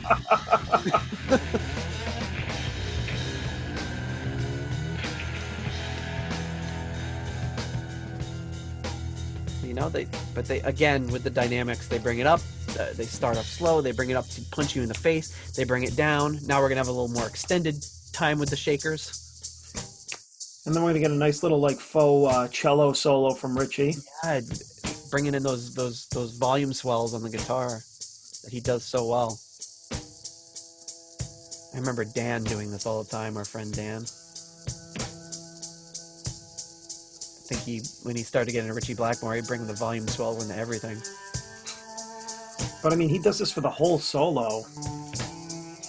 Again, they're the masters of punching you in the face with the hardest rock of the time, and then like, now we're gonna have a solo and bringing it way down and mellow. I had read somewhere a while ago that Richie said that he was like really into the cello around this time, which made so much sense for him trying to basically make his guitar sound like a cello. Yeah, and he said he was really into like chamber music and like that sort of stuff, even though he just hated playing. He hated playing with cellos, but he liked the idea of cellos, I guess. Yeah, and I mean, he didn't want to play with a cello player. And I mean, who else does this? Like, no, Richie was so groundbreaking, and it's really important to think about it in the time that it was in. Like, you think of all the credit that Hendrix gets, duly so, but Richie, I feel like Richie's never gotten the credit he deserves. I think from guitar players he does, but from maybe from music fans or listeners, he doesn't get as much credit for being as revolutionary as he was. Well, that's because, like, going back to what the hit song was, everybody thinks like, oh, he's that guy that wrote, and which, I mean, he is, but The song that anyone can play, you know? Like, he wrote so much other stuff. my wife always tells a story. She went to go see, my wife's Canadian, and so by birthright, she was required to go see Bare Naked Ladies. And part of their show is, and they're a really fun, like, band that does, like, you know, they definitely don't take themselves too seriously. They have a lot of fun, but one of the parts of their show is they bring somebody up from the stage and they say, you know, just strum the guitar and I'll do the chords, and they do Smoke on the Water, because the person just goes da, da, da, da, da, da. And then one time they took a person up on stage and the person didn't know Smoke on the Water, so they had to do Jack and Diane the same way. Oh, that's too good. So Roger Glover in the liner note says, it's about this song. It's about a guy who dies and he's looking back and can't see the world is run by fools, and can see the world is run by fools. Ian's voice has thickened on this one. We've been using the guitar solo on stage for some time. We never thought it would work on record, but it's great. None of it worked out. It's just, none of it was worked out. It's just ad-lib. Wow. Unbelievable to think of that. Yeah. Just ad-libbing that. Because we're talking about it like, oh, how it was all mapped out, and they were just like, at the time, they were just like, hey, take one, you know? Yeah, I mean, Richie's the master of just nailing the guitar solo one take.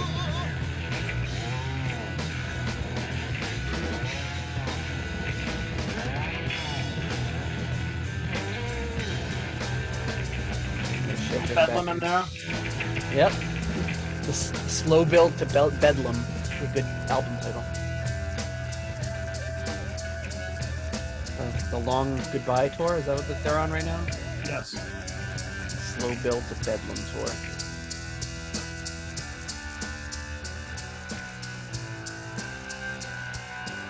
Kind of disintegrates at the end here, leaving John alone.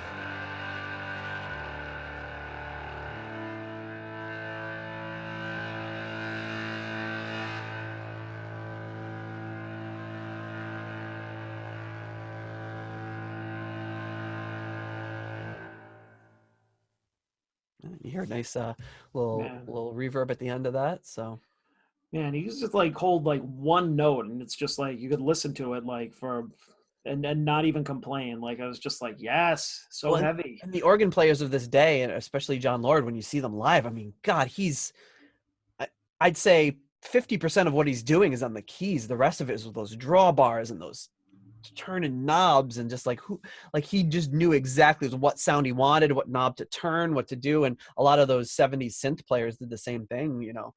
Yeah. That's the part that mystifies me. I mean, obviously his playing is amazing too, but like how he could just get those different tones out. They're not adding these effects afterwards in this day. He's like, oh, right now I need it to be a little more raw. I need it to sound like a church organ. I need it to sound like a squealing jaguar, whatever he does, just moving things around and making it sound the way he wants to. Yeah, I mean, it is. It was incredible. Like, I mean, seeing him live, he'd be like practically picking up this friggin' organ and like, you know, kicking it around and like jumping on it, and like, who does that? Like, I saw an interview with him. Well, I want to say recently, but you know, shortly before he passed, and he's just jamming out on the keys, and while he's giving the interview, it's really interesting. And then he says it. He goes, at this point, I'd lift up the organ and drop it down. He's like, which is immensely satisfying. That's awesome. It's great. So what are our rankings for Fools? Let me see. So Fools. Let me see. I gave it a 3 and you gave it a 4. Yeah, I think it rocked pretty hard. Yeah, I'm gonna update my ranking upon further inspection and add a little buckle there. So I'm giving it a 3.5. 3.5. All right. A little pilgrim hat update. Yeah. So your audio has started just now to crackle a little bit whenever you speak. Oh, really? Yeah. Can you hear it now? Yes. I don't. Well, I'm not hearing it on my end, so hopefully we should be okay. Okay. Or else I'll have a lot more work to do on this episode. Well, at least it's toward the end, not the whole thing. All right. Speaking of the end, the album ends with the track "No One Came."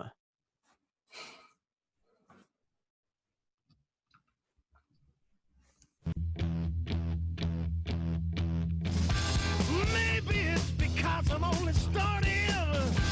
I think it won't take too long.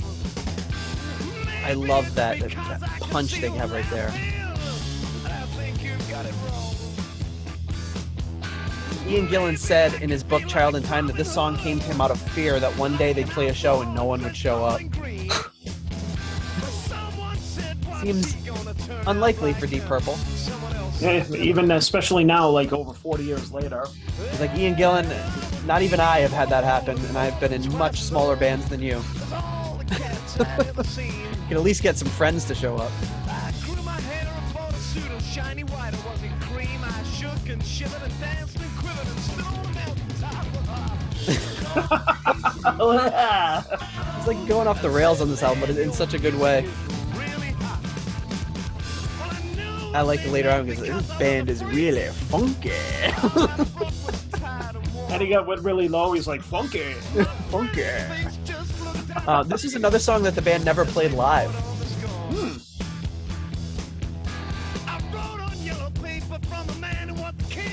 And Roger Glover says in the liner notes, when we first recorded it, there seemed to be an awkward ending, so we made a loop of 8 bars of the basic riff and edited it onto the end. John sat at the piano and played anything that came to his head in the control room on an empty piece of tape. We recorded it, slowing it down and speeding it up to create the effect. Wow. I like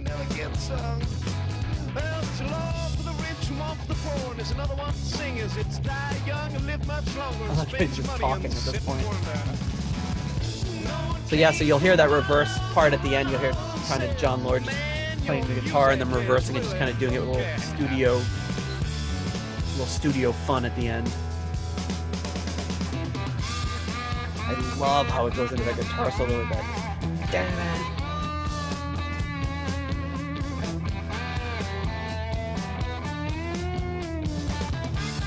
Almost has that same kind of feel as Demon's Eye with the like dun dun dun, just like kind of the plodding beat. Yep. In a good way, of course. Yeah, very good. Just grooving, just plodding along.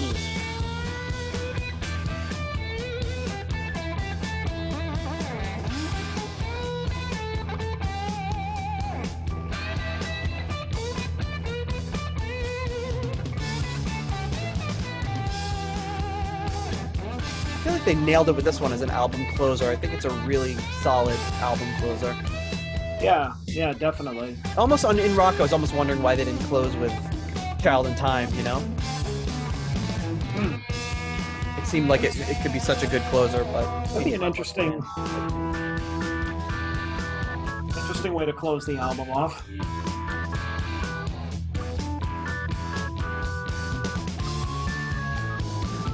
Going for a much softer organ sound here. You know, where you have John Lord as the master of the, you know, the drawbars and changing those sounds of the organ on a dime. Richie's doing the same thing with his volume swells and everything. You know, they're not just sitting there plugging in and then strumming along. They're using their instruments to their absolute fullest.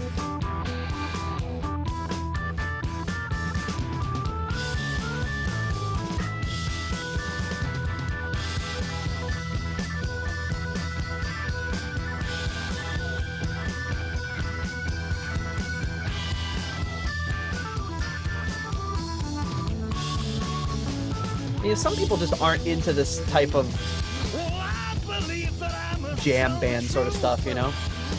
Like this jamming. Not that Deep Purple's a jam band, but that back and forth solos are great. Yeah, when it's as good as this, I mean... It can become a little formulaic, but it's a great formula.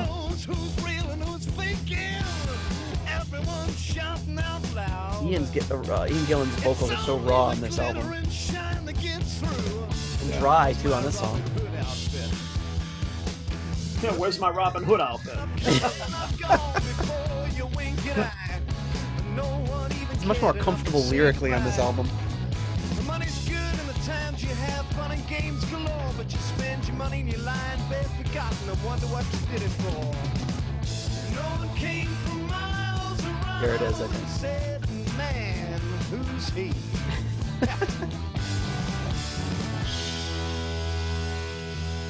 This part is so good. Oh, the album's over. Maybe not.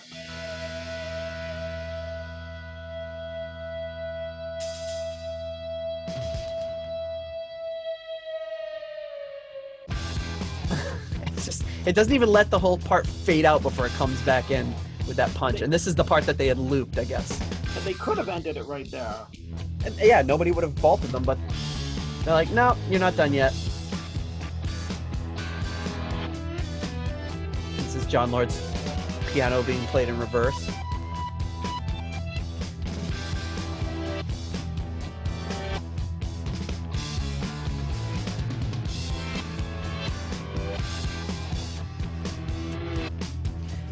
I think they could have even left off the reverse piano and just let this riff play for a little bit and fade it out. Such a good jam. Surprised nobody sampled that for anything.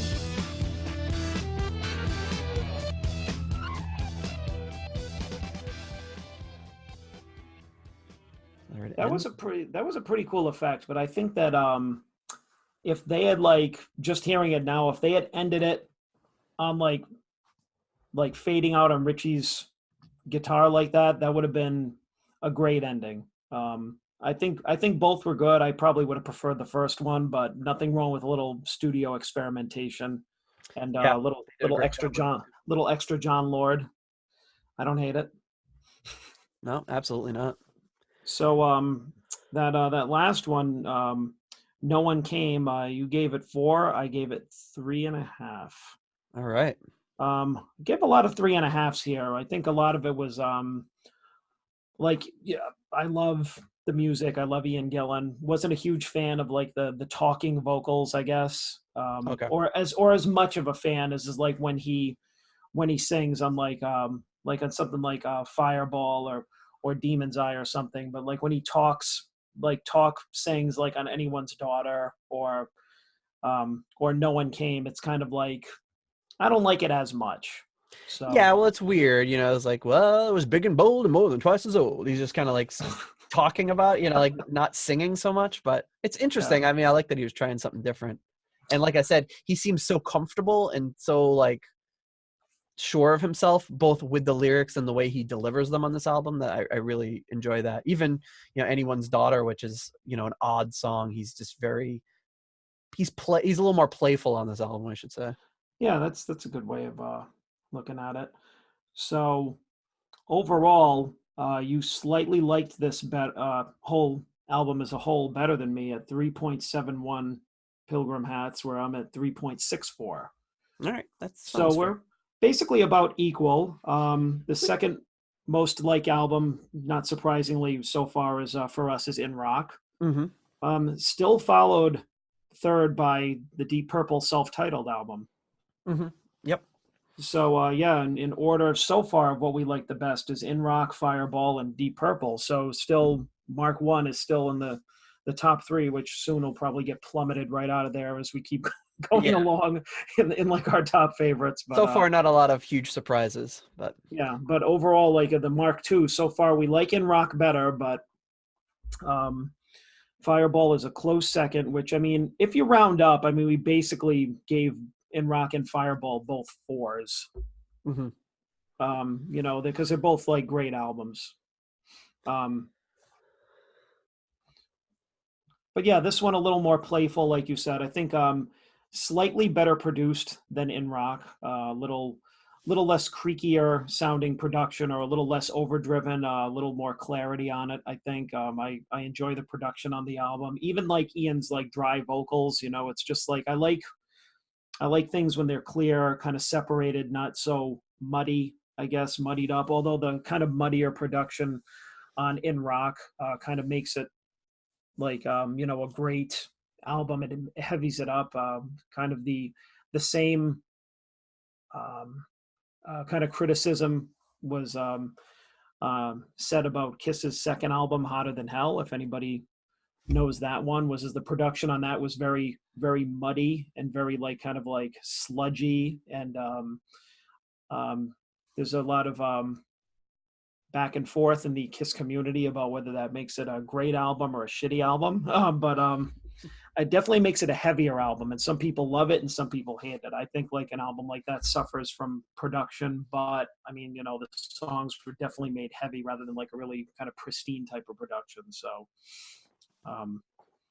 but yeah, anyways, this is a little bit better production on Fireball. I like it. And the songs are overall very good. Absolutely. Very, very solid album. The band was a little less thrilled with it. Blackmore saying they were being pressured into it. He was quoted as saying that was all a bit of a disaster because it was thrown together in the studio. Managerial pressures. We had no time. You got to play here, then you've got to make an LP. I told them, if you want an LP, you've got to give us time, but they wouldn't. Just threw ideas to the group that I thought were they thought up on the spur of the moment. So feeling like it's kind of a throwaway. Blackmore thinks there's 3 good songs on this album, and that's Fireball, No, No, No, and Fools. All right. I mean, thinks everything else is garbage. Oh, Richie. I think he's going from 5s and 1s, and we're kind of being a little bit more middle of the road. But I mean, isn't everybody always their own worst critic? Yes. Well, especially Richie. John Lord said the album went in a direction they weren't intending to go. Ian Gillan was the exception. He says that Fireball was his favorite album. He said it was progressive and experimental. He's quoted as saying, the reason I liked it so much is because I thought from a writing point of view, the tracks on the album were really, really inventive. However, Gillan also says that the inclusion of Anyone's Daughter on the album was, quote, a good bit of fun, but a mistake. And I don't think it's a mistake, but I do think it definitely sticks out a little. Yeah, I tend to maybe agree a little bit. Maybe not a mistake, but maybe if you were going to go back and change it, taking it out wouldn't have been a bad thing. Mm-hmm. It would have been if it was part of the unreleased tracks. They took that off, and they put on I'm Alone or Freedom instead of Anyone's Daughter. Yeah, exactly. There's so many, and as we'll get into on our next episode, there's so many great outtakes from this album, really good stuff. David Hughes of Disc Magazine at the time questioned how Purple could be progressive and still have hit singles, meaning Strange Kind of Woman, because that would have been a single at this time. So people starting to doubt them again. Oh, they sold out. They have a single. Oh my God. How can you possibly try to want to make money doing this? I know. I was just gonna say, a band wants to be successful and make a living. Boo! Yeah, if they were, if they had stayed to the level, they'd be like, oh, Deep Purple sold out. Ian Gillan and Roger Glover have their own trousers now. I liked them better when they had to share one pair of trousers. I hate that they have any money at all. Yeah, I feel like there's a certain type of person that has that kind of criticism, and I feel people do. It's so tiring. But I think a lot of it too, and it's again, have no numbers or research to back this up, but I mean, I was a lot like that when I was younger. Oh, so me too. If you dropped me in the 70s, being a teenager in the 70s instead of a teenager in the early 90s, oh God, yeah, I would have been, Deep Purple. I don't like it. Yeah, exactly. Roger joined the band. Yeah, as soon as something becomes commercial or successful, you're just like sellouts. I mean, it's the best example from our time is Metallica. I went through the same thing with Metallica, and I've been talking to the guy that does the Alpha Metallica podcast. He's alphabetically going through each song, and we've been having kind of a back and forth. It sounds like I might be on one of the episodes, which would be really cool. And just kind of my complicated relationship with Metallica. So I kind of went off that deep. When the Black Album came out, I listened to it, and then I was like, you kind of look around and oh no, none of the real metalheads are listening to this. We need to reject this, right, guys? Okay, I reject it, And it was just a dumb being a teenager thing. It's hard to avoid.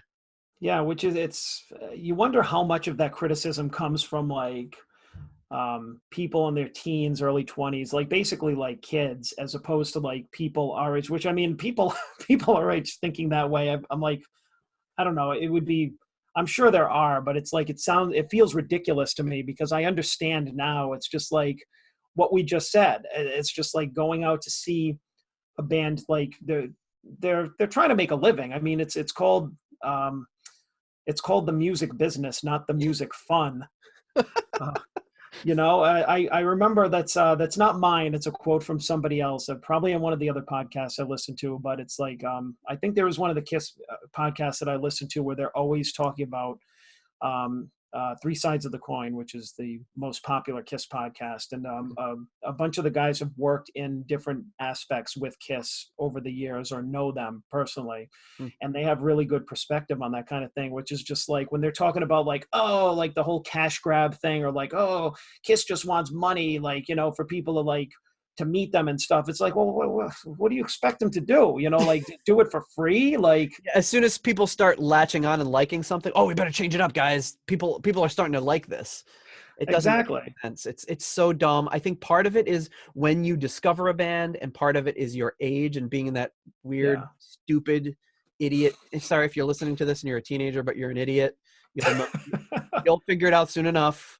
You have a lot of stupid views, and it's just, you know, teenagers don't like being told that. I didn't like being told that at the time, but it's totally true. And you get past it and you're just like, and it takes a long time. And I've only recently come to my kind of peace with Metallica and just been like, you know what, like so much of it wasn't about the music. And, you know, I'm not necessarily into a lot of their new stuff. And it's, you know, if I had first got into Deep Purple when I was in my early 30s, I might just view everything a lot differently and say, well, no, this is all good stuff. Or same thing with Metallica. You know, if Metallica released their first album in my 30s, I might just listen to them and like the progression instead of having to be caught up. You know, you're in high school at the time, and high school sucks and people are mean, and, you know, you got people questioning. Like I remember being questioned like, oh, you're a Metallica fan. Like, so you'd be like grilled, like to make sure you could pass the litmus test, you know, do you know this? Do you know what's the third track on this album then? And like, okay, he's cool.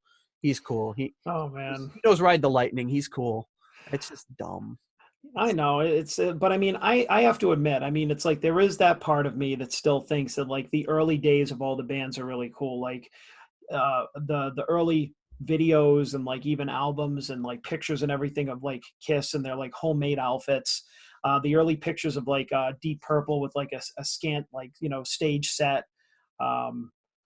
Just any of my favorite bands, like in their early days, like being like young and hungry and not quite to that level yet is cool. But I mean, and yeah, maybe it's not as exciting to me when they got to like their pinnacles of when they had a lot of money to put on like the great stage show or have like the fancier outfits or whatever it is. But I mean, the current me knows that that's a good thing. That's what they're trying to do. They're trying to be in a band because they love the music, but they're also trying to be successful and like make a living. Because I mean, it's like, and who are we to say too, like how much money is enough? That's a huge criticism of Kiss, is like, how much more money did Gene and Paul need? It's like, it's not really up to us how much money they make. You know, it's just like if somebody came in, they're like, that's it, John, you're done now. How much more money do you need? You don't work anymore. You know, it's like, who's anybody to tell me how much is enough for me to make, like, to live my life? And, you know, the same thing with other people. And I just think nobody, like, not a lot of people, I think, have that perspective, because you listen to music and to see your favorite bands and everything from, like, the gut, from emotion, you know? The idea that these guys are only doing it to make money and to make more money is a very cynical perspective, and I think it misunderstands the entire creative process. Like, these guys are doing it because they're creators and creative, and they need to create. And what they're creating now, you know, Blackmore goes and does Blackmore's Night, which is not for everybody, but you know what? That's what he needed to do, what he wanted to do as an artist, and that's what he did. If he wanted to be raking in money, do you think he would have been doing Blackmore's Night, or do you think he would have been like creating Richie Blackmore's Mark II Deep Purple experience and carting that around, and he could have packed 3 times as many people in his shows? So it's not about money. But these guys do have to eat. They do need to continue on, and not a lot of bands, like the Beatles had, like we talked about, had the luxury of, they got popular really fast. They released all of their albums in an 8-year span. halfway through in 1966, they stopped touring. They never played a show after 1966. So they played all their shows basically in 4 years. And then we're just like, we're a studio band. We're so successful and popular. We can just record in the studio and release songs and make more. They made so much money that the UK had to change their whole tax laws because they had never accounted for anyone making that much money. And they were getting taxed so highly that it was insane. Like they were getting taxed at like 95% or some ridiculous amount.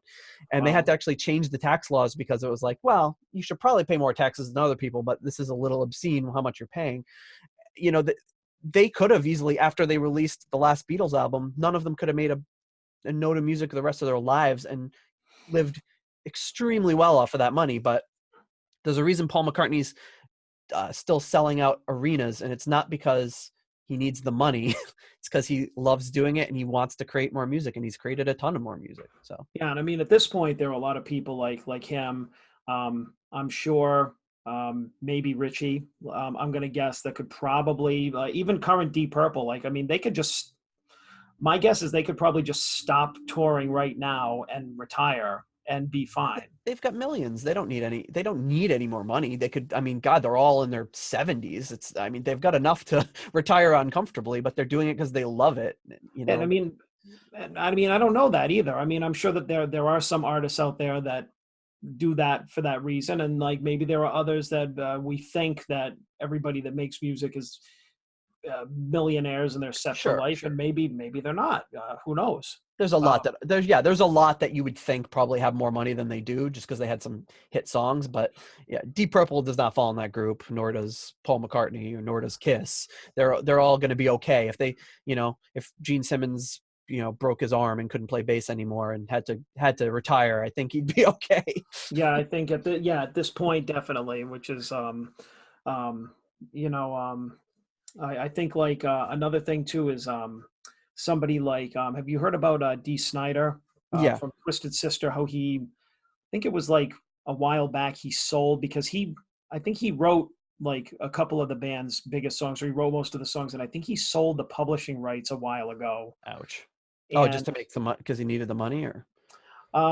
No, it was something like I can't remember what it was, but basically he sold the publishing rights, or he licensed the songs out or something like that, where basically like now he can retire because they're using like those songs like in movies, commercials, they're like being played at sports events. And so like he'll actually license them for like I'm sorry. I think like I think a while ago, like I'd heard it like, recently within the past several months, and it's just like, so you figure, somebody like him, like he was in Twisted Sister, like they're an 80s act, they're done. But I mean, it's like he like with that thing, like he played his cards right and was able to like sell the licensing to his like most popular songs, and now he's just like, he basically set himself up like a 401k plan. So now he can play.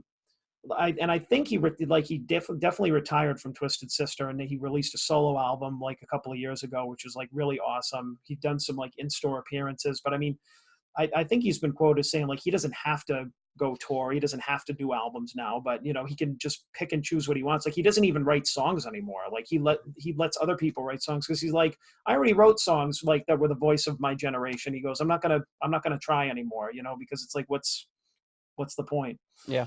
Of trying to, make money off of that stuff. But he'll do stuff that he's passionate about, that other people have written and that he collaborates with, because he still loves it. So there's like an example of somebody, and I mean, I might be getting the story a little mixed up, but I think the point being is that like, you can, set yourself up and do what you love, and not try and write the next Smoke on the Water like 2019.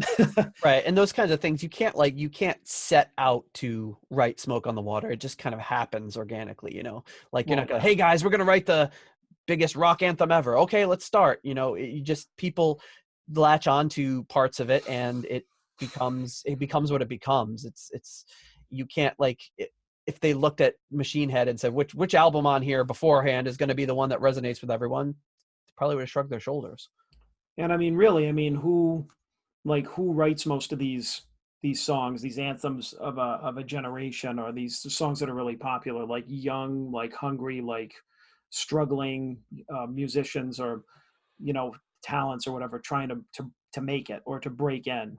Well, I think that listening to early stuff from bands, generally people do latch onto that stuff a little bit more. It's usually a little bit more authentic. It's a little less fiddled with in the studio, and that does somehow resonate with people. People subconsciously, I think, latch on to that.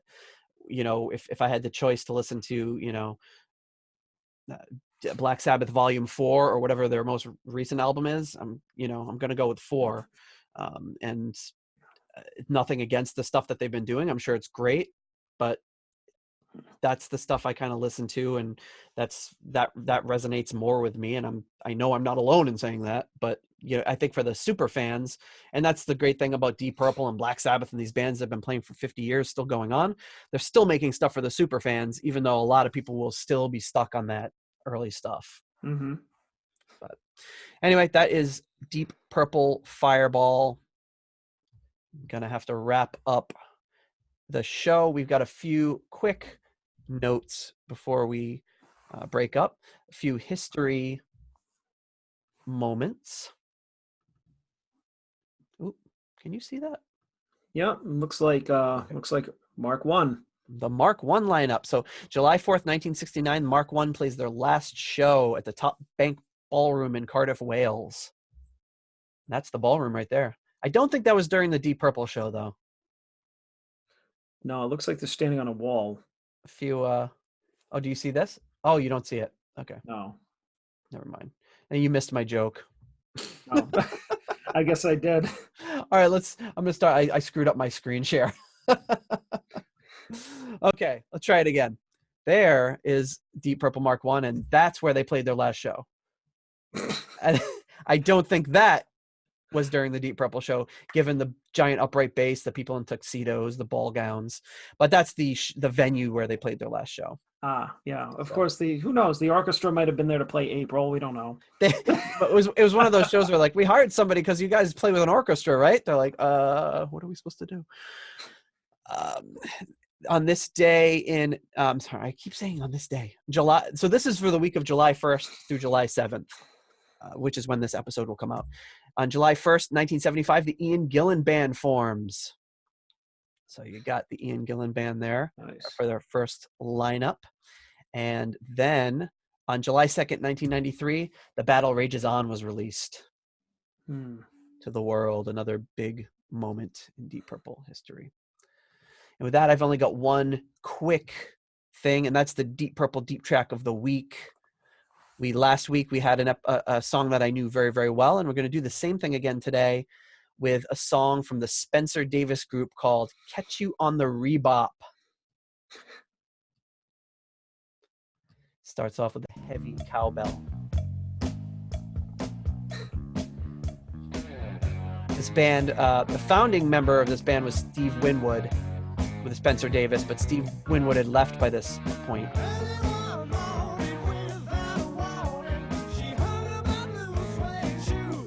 Muff Winwood was also in the band, Steve's brother. Muff. Great name. So here the piano comes in. Or the organ, I should say.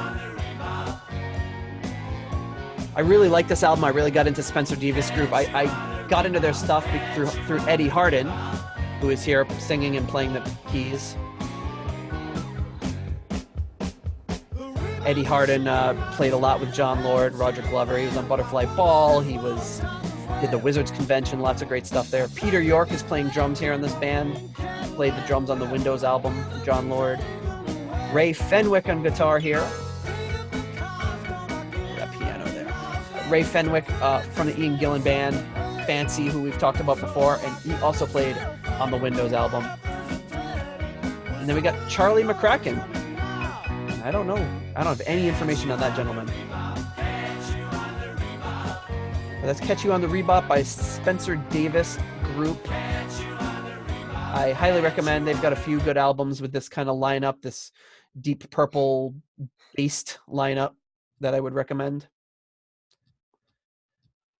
But with that, I think we're going to call this episode a wrap.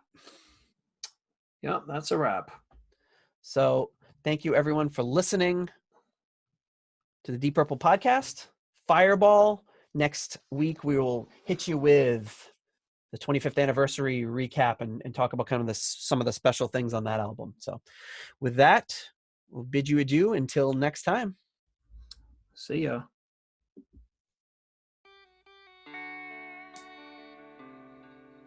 Thank you for listening to the Deep Purple podcast.